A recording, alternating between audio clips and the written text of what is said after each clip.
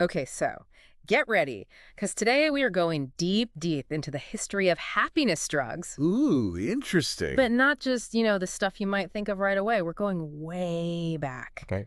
Think like ancient rituals Hmm. and surprising cultural shifts, all the ways people have tried to just get those good vibes throughout time. Hmm. You sent over some super fascinating excerpts from this book, The Happiness Myth by Jennifer Hecht. Oh, yeah, it's a great book. Yeah, and specifically like chapters 6 and 7, which are all about drugs and religion. Yeah.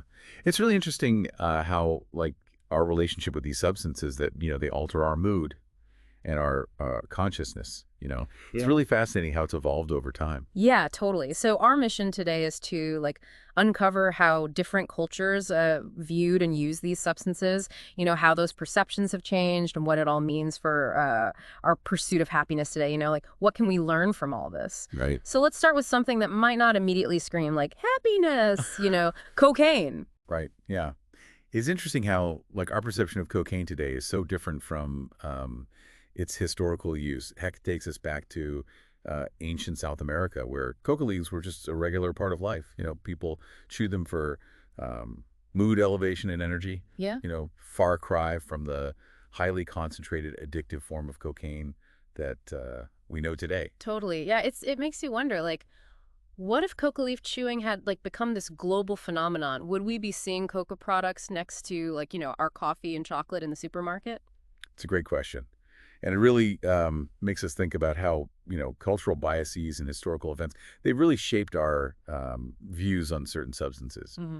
The way cocaine is perceived today, especially in the U.S., it's been really influenced by this complex interplay of race, class, and cultural anxieties. Totally. Yeah, and it's not just about the substance itself, right? But like the whole narrative that gets built around it. So do you think if we like stripped away all that like cultural baggage, do you think we'd view cocaine differently? Like could a could a milder form of the drug be like integrated into society, Yeah. as a way to enhance well-being? Kind of similar to how marijuana is gaining acceptance today. It's definitely a conversation worth having, Yeah. And the case of marijuana shows how societal perceptions of drugs can really evolve. Hmm. It highlights the powerful role that social context plays in determining a drug's place in society. Totally, yeah. Okay, so let's shift gears a little bit to another substance with a pretty captivating history, opium. Yeah. Most people today associate opium with like melancholy and addiction, but Hecht kind of paints a very different picture, doesn't she? She does, yeah.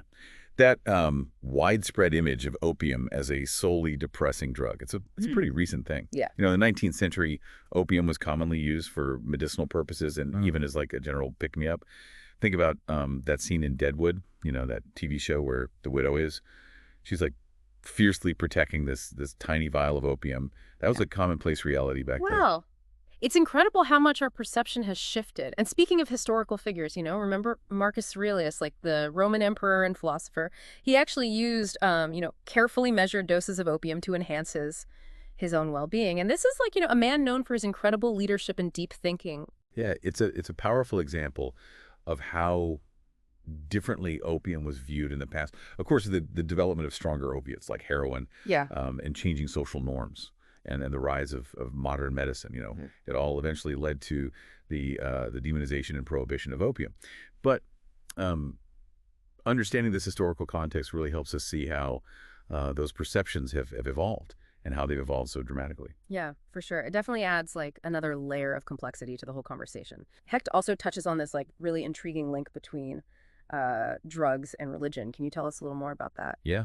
It's a connection that, runs deep throughout history and across cultures. So many religions have incorporated the use of um, substances to facilitate mystical experiences and, to connect with the divine. It's a fascinating aspect of human spirituality. Yeah, totally. And William James, that famous philosopher and psychologist, he explored this concept extensively. He believed that substances like alcohol, nitrous oxide, and ether could induce a state of, he called it mystical consciousness. And it would, expand our understanding of reality and connect us to something larger than ourselves. Yeah, it's a perspective that challenges the idea of like a single fixed reality, Right. and suggests that our consciousness has the potential to access different levels of perception. Yeah. And Aldous Huxley, another influential thinker, he had similar ideas. His experience with mescaline led him to believe that our brains, they filter out a vast amount of sensory information to kind of help us navigate daily life, but Mhm. that certain substances could provide access to a more complete, unfiltered perception of reality. Yeah, and what I find really fascinating is Huxley's observation that mescaline seemed to open the way of Mary, which is contemplation, but it closed the door of Martha, which is action.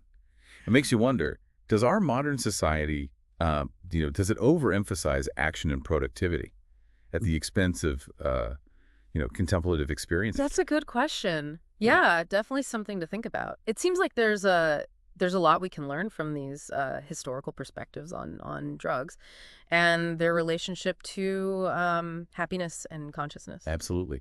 By examining how these substances were used and understood in the past, we can gain, really valuable insights into our own relationship with altered states of consciousness and our ongoing search for happiness. Yeah, I think that's a great point. It's like we're looking through this different lens at these substances. So much of our current perspective is shaped by modern anxieties and biases. Exactly. And this brings us to the complex world of modern happiness drugs, specifically pharmaceuticals. There's this real paradox of choice when it comes to chemically altering our mood these days. Oh, totally. It's like we're navigating this minefield of, ethical considerations and cultural double You're standards. absolutely right, yeah. Consider MDMA, often known as ecstasy, Yeah. and Prozac. Both of them impact serotonin levels in the brain, but their social perception Right. couldn't be more different. One is seen as a recreational drug associated with, parties and youth culture, and it's often demonized. Right. While the other is a prescribed medication for depression and anxiety, it's viewed as, legitimate and even necessary. It seems so arbitrary. Like they both act on the same, neurotransmitter, but our cultural lens really dictates how we judge them. Yeah, it really underscores how our classifications of drugs aren't always based on objective science, but on cultural narratives and Yeah. perceptions. Mm. Then there's the fascinating case of Ashley Smith. Oh yeah, the woman who, talked down a murderer while high on methamphetamines, and later, she completely turned her life around, quit the drug to regain custody of her daughter. It's an incredible story. It is. It's a stark reminder that drug use isn't always straightforward. It's not a black and white issue. Mhm. People's lives and experiences with substances, they're so incredibly complex. And, Ashley Smith's story, it really challenges the simplistic narratives we often hear about addiction and recovery. For sure, it shows the power of human resilience, That's right. right? And the importance of understanding, the individual context. Okay, so speaking of complex narratives, let's delve into this, intriguing relationship between money and happiness. There's this, pervasive modern myth that money can't buy happiness, but I think Hecht challenges that notion, doesn't she? Yeah. She does, yeah. It's crucial to acknowledge that for many people throughout history, escaping poverty through, acquiring wealth has undoubtedly led to a significant increase in well-being. When your basic needs are met and you have, a sense of security and abundance, that's bound to have a positive impact on your overall Yeah, happiness. like that initial feeling of relief, right? Yeah. And freedom from deprivation, like a huge weight has been lifted. Precisely. And this leads us to what we call the abundance inference, which is the mistaken belief that, increasing wealth will proportionally increase happiness. This belief often stems from that initial, joy of moving out of poverty. But further, material gains don't necessarily translate into greater happiness. Right. So it's not that money can't buy happiness at all, but it's more like once you have those basic needs met, the correlation between more money and more happiness, it kind of weakens. That's the key takeaway, yeah. However, the allure of consumerism, Yeah. uh, it often keeps us clinging to the idea that more is always better. It's as if we're constantly striving for that initial feeling of abundance. Right. It seems like consumerism becomes a way of symbolically expressing our triumph over poverty. We reenact those feelings of security and abundance through acquiring material goods, Yeah. especially things like clothing, which Yeah. used to be, Mm. much more difficult and time consuming to obtain. Exactly, yeah. Shopping provides a sense of control and freedom. particularly for women who historically bore the brunt of the labor, involved in making clothes and providing for their families. Shopping offers a level of agency and choice that wasn't always available. Yeah, it's fascinating how shopping taps into those Yeah. deep-seated psychological needs for control and self-expression. But it's not just about the practical aspects, is it? Like there's something inherently pleasurable about the act of shopping itself. You're right, yeah. Shopping offers a variety of gratifications, the thrill of novelty, the social interaction, the sense of accomplishment in finding the perfect item, and even, the symbolic expression of uh, personal values and identity through our purchases. It's a complex interplay of psychological and social factors. Yeah, it's almost like curating your own like personal museum, Right. using consumer goods to tell your story. That's a great way to put it, yeah. However, we can't ignore the critiques of consumerism. Some argue that it creates a homogenized culture. It fosters a sense of isolation and ultimately keeps us on this relentless treadmill of wanting more. It's that ticky-tacky little boxes critique, isn't it? Like everyone's striving for the same ideal, losing their individuality in the process. That's one valid concern, yeah. However, it's also worth acknowledging that consumerism has fostered new forms of community and connection. Think Yeah. of online shopping groups, brand communities, or even just the shared experience of shopping with friends or family.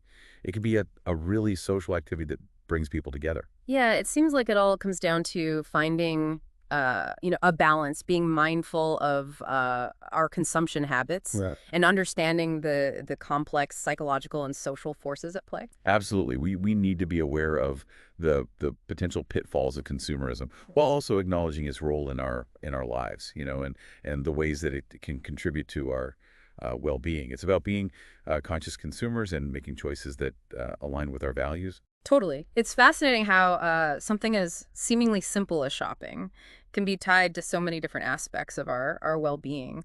But I'm curious, we've talked a lot about external factors like drugs and consumerism. But what about the role of our physical bodies in all of this? Like how do things like diet, exercise, and overall lifestyle choices, how do they factor into the pursuit of happiness?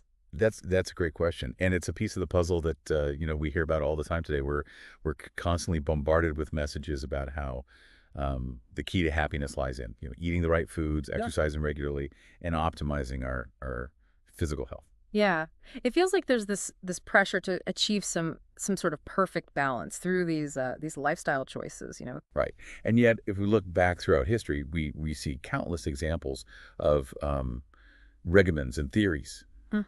about how to achieve happiness through physical means, from the ancient Greeks emphasizing moderation Hmm. to Eastern philosophies that focus on balance and harmony. So what can we learn from all these different approaches? Is there a common thread that runs through them? Interestingly, while the specifics of each regimen vary widely, the consistent message seems to be that embracing a particular way of life can definitely boost your happiness for a while, but Yeah. but it's rarely a lifelong conversion for most people. So it's not about finding like the perfect diet Yes. or the ideal workout routine, but more about like the commitment and the belief in whatever path you choose, right? Exactly. The choice of, a specific regimen, it's almost arbitrary. What really matters is the act of committing to something, and the power of the placebo effect, believing that what you're doing is making a difference. Right, but that can be so overwhelming with all the conflicting advice out there, eat this, don't eat that, exercise more, sleep more. It feels like a recipe for guilt and anxiety, Yeah. especially when it comes to food and body image. You're absolutely right. And what's even more, intriguing is, despite all the scientific knowledge that's available to us, we often choose uh, what feels good in the moment over what we, might know is better for us in the long run. Right, it's like choosing the fried chicken over the baked fish and vegetables, even though we know which one is, supposedly healthier. Exactly. It speaks to the complex interplay between our rational minds and our emotional desires. We're not simply, lazy or lacking willpower. We make choices based on a whole host of factors, Hmm. including, our social context, personal preferences, and even ingrained cultural norms. Mhm. So maybe it's not about, striving for some unattainable ideal of health and happiness, but rather finding what works for you, what makes you feel good, both physically and mentally, and acknowledging that there's no one-size-fits-all approach. I think that's a crucial insight, yeah. And it's also important to recognize that, in our modern pursuit of health and longevity, we might be overshadowing other, important aspects of a fulfilling life. Like the simple joys of, spending quality time with loved ones, Right. or pursuing creative passions, or simply allowing ourselves, moments of rest and relaxation without feeling guilty. Exactly.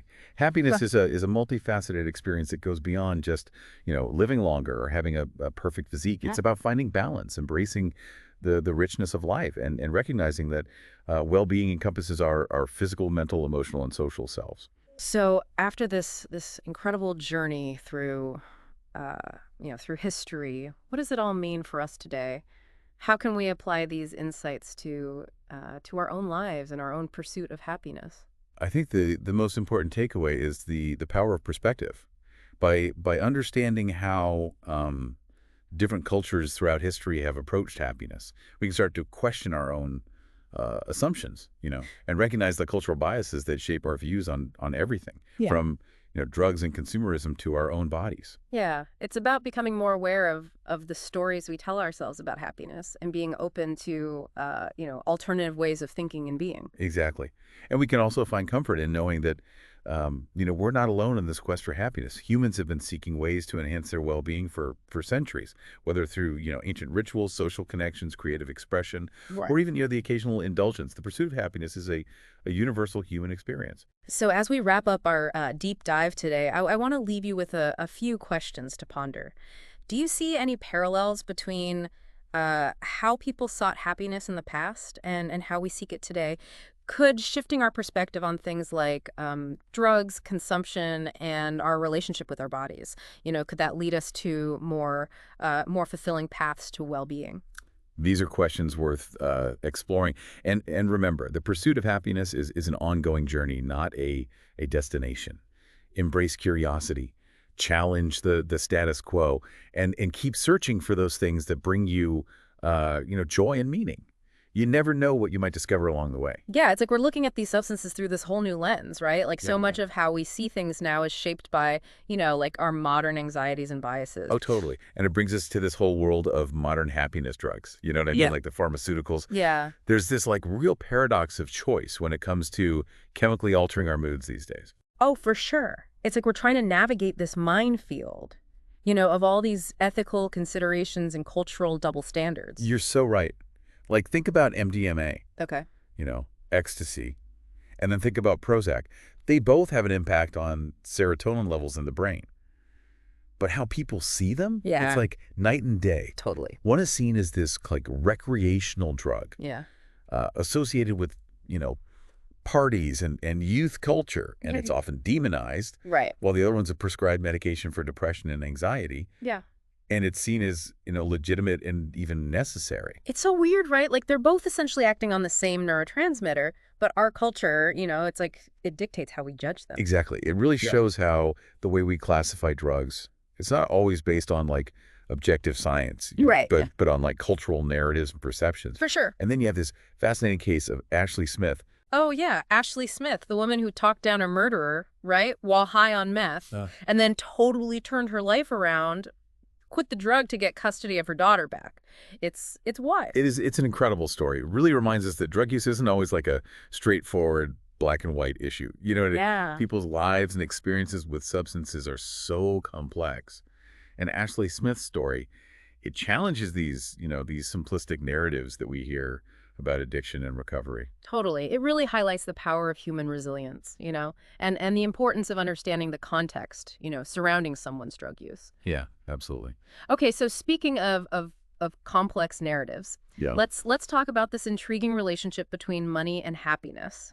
There's this pervasive modern myth that money can't buy happiness. Mhm. But I think Hecht challenges that, don't you think? I think she does, yeah. It's so important to acknowledge that for so many people throughout history, escaping poverty, like acquiring wealth, it's led to a significant increase in their well-being. Right, right. when you have your basic needs met and you have a sense of security, abundance, that's going to have a positive impact on your overall happiness. For sure. It's that initial feeling of relief, and freedom from that deprivation, like a huge weight has been lifted. Precisely. And this leads us to what we call the abundance inference, which is this mistaken belief that increasing your wealth, it's going to like proportionally increase your happiness. Okay. And this belief, it often comes from that initial joy of moving out of poverty. Hmm. But you know what? Further material gains, they don't necessarily translate into greater happiness. So it's not that money can't buy happiness at all, but more that once you have those basic needs met, the connection between like more money and more happiness, it weakens. Exactly. That's a key takeaway. However, the allure of consumerism, it keeps us clinging to this idea that more is always better. It's like we're constantly chasing that initial feeling of abundance.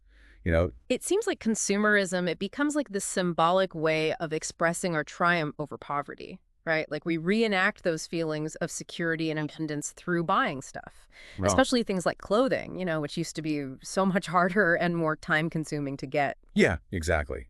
Shopping provides a sense of control and freedom, especially for women who historically had to do most of the work when it came to making clothes and providing for their families. Yeah. So shopping gave them a level of agency and choice that just wasn't there before. It's amazing how shopping taps into those, deep-seated needs for control and self-expression. But but it's not just about the practical stuff, is it? There's something just inherently fun about shopping. You're right, shopping offers all these gratifications. That thrill of something new, the social interaction, the feeling you get when you find the perfect thing, and even, expressing your personal values and identity through what you buy. It's this really complex mix of psychological and social factors. It's almost like you're curating your own personal museum, Yeah. using stuff to tell your story. Yeah, that's a great way to put it. But we can't ignore the criticisms of consumerism, right? Some people argue that it creates this like homogenized culture, fosters isolation, and keeps us on this treadmill of always wanting more. It's that little boxes thing, right? Everyone's striving for the same ideal, losing their individuality. That's definitely one valid concern. But at the same time, consumerism has also created new ways for people to connect. Think about online shopping groups, brand communities, or even just going shopping with friends or family. It can be a social activity that brings people together. Yeah, it seems like it comes down to striking a balance, being mindful of our buying habits and understanding all the psychological and social stuff going on. Exactly. We need to be aware of the downsides of consumerism, but also acknowledge its role in our lives and the good things it can bring. It's about being conscious consumers, making choices that reflect our values. Yeah, it's amazing how something, as simple as shopping can be tied to so many different things when it comes to our well-being. But I'm kind of curious, we've talked a lot about those, external factors like drugs and consumerism. But what about like the role our bodies play in all this? Like how do things like our diet, exercise, our overall lifestyle choices, how do those things factor into the whole, pursuit of happiness? That's a really great question. And it's a piece of the puzzle that we hear a lot about these days. We're constantly bombarded with messages about how the key to happiness is eating the right things, exercising regularly, and optimizing our physical health. Yeah, totally. It feels like there's this pressure to achieve some sort of perfect balance through, all these lifestyle choices. Exactly. And yet, if you look back throughout history, you see so many different regimens and theories about how to achieve happiness through, physical means. Like the ancient Greeks, they emphasize moderation, right? And then you Right. have these Eastern philosophies that focus on balance and harmony. So, is there like a common thread that runs through all of these different approaches? What can we learn from them? It's interesting. While the specifics of each regimen are different, the consistent message seems to be that embracing a particular way of life, it can boost your happiness for a while, but it's rarely a permanent change for most people. So, it's not about finding the perfect diet or the perfect workout routine, but it's more about the commitment and the belief in whatever path you choose. Exactly. The choice of a specific regimen is almost arbitrary. What matters is the act of committing to something and the power of the placebo effect, believing that what you're doing is making a difference. But that can be overwhelming, right? With all the, conflicting advice out there. Eat this, don't eat that, exercise more, sleep more. It feels like a recipe for, guilt and anxiety, Right. especially when you think about food and body image. Absolutely. And what's even more intriguing is that despite all the scientific knowledge we have, we still often choose what feels good in the moment over what we know might be better for us in the long run. Right. It's like choosing the fried chicken over the baked fish, even though, the fish is supposedly healthier. Yeah, exactly. It shows this complex relationship between our rational minds and our emotional desires. It's not that we're lazy or lack willpower, it's that we make choices based on a whole bunch of factors, Mhm. like our social context, personal preferences, and even, ingrained cultural norms. So maybe it's not about striving for this, unattainable ideal of health and happiness, but it's more about finding what works for you, what makes you feel good, both physically and mentally, and recognizing that there's no one size fits all approach. I think that's a really important point. And it's also important to recognize that in our pursuit of health and, living longer, we might be missing out on other important aspects of a fulfilling life. Right, like those simple joys, spending quality time with loved ones, pursuing creative passions, or just allowing ourselves time to rest and relax without feeling guilty. Exactly. Happiness is a multifaceted experience. It goes beyond just, living longer or having a perfect body. It's about finding that balance, embracing the richness of life, and recognizing that well-being, it includes our physical, mental, emotional, and social selves. So, wow, after this journey through history, what does it all mean for us today? How can we use these insights in our own lives, in our own pursuit of happiness? I think the biggest takeaway is the power of perspective. By understanding how different cultures have approached happiness throughout history, we can start to question our own assumptions. And we can recognize the cultural biases that shape our views on everything, from drugs and consumerism to our own bodies. It's about becoming aware of the stories we tell ourselves about happiness and being open to different ways of thinking and being. Exactly. And we can also find comfort in knowing that we're not alone in this quest for happiness. Humans have been searching for ways to feel good for centuries, Yeah. whether it's through, ancient rituals, social connections, expressing themselves creatively, or even just indulging every once in a while. The pursuit of happiness is a universal human experience. So, as we wrap up our deep dive today, I want to leave you with a few things to think about. Do you see any similarities between how people thought happiness in the past and how we look for it today? Could changing our perspective on things like drugs, consumption, how we see our bodies, could that lead us to more fulfilling paths to well-being? Keep those questions in mind. And remember, the pursuit of happiness is a journey, not a destination. So be curious, challenge the way things are, and keep searching for the things that bring you joy and meaning. You never know what you might find along the way.